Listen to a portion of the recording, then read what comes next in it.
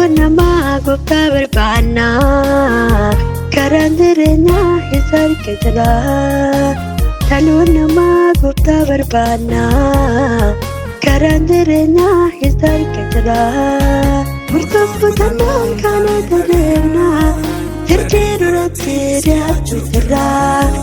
Murtooffatannaan kana tadeemna hirkee duratti dhiyaachuu jirra. Murtooffatannaan kana tadeemna hirkee duratti dhiyaachuu jirra. Murtooffatannaan kana tadeemna hirkee duratti dhiyaachuu jirra.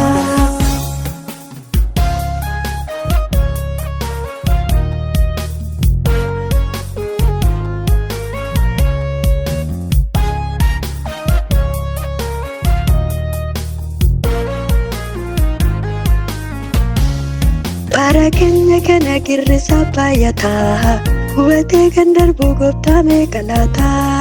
Hubannaa barbaannaa yaa gooftaa si biraa katteen hundi isinii adaraa waaqirraa. Hubannaa barbaannaa yaa gooftaa si biraa katteen hundi isinii adaraa waaqirraa. Dhaloon namaa gooftaa barbaannaa karaan jireenyaa isa harka jira. Dhaloon nama goftaa barbaanna karaan jireenyaa isa harka jira. Murtooffatannaan kana tadeemna hirkee duratti dhiyaachuu jirra.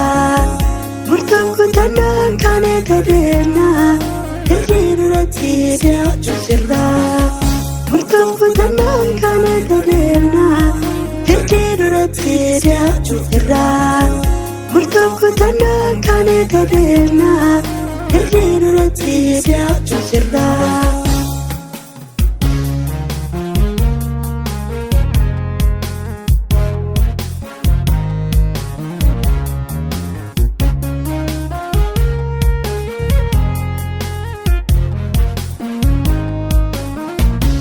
Baay'ee galee obboloonni keenya maaloo dhaloota dubbii dhageenya.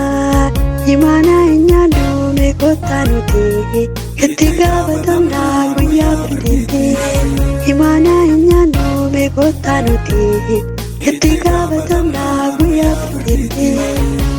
Dhaloon namaa gooftaa barbaanna karaan jireenyaa isa harka jira.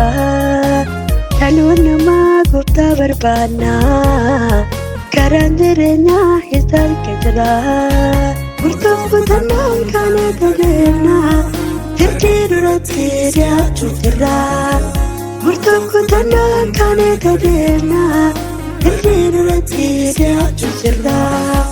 Murtooffatannaan kana tadeemna hirkee duratti dhiyaachuu jirra. Murtooffatannaan kana tadeemna hirkee duratti dhiyaachuu jirra.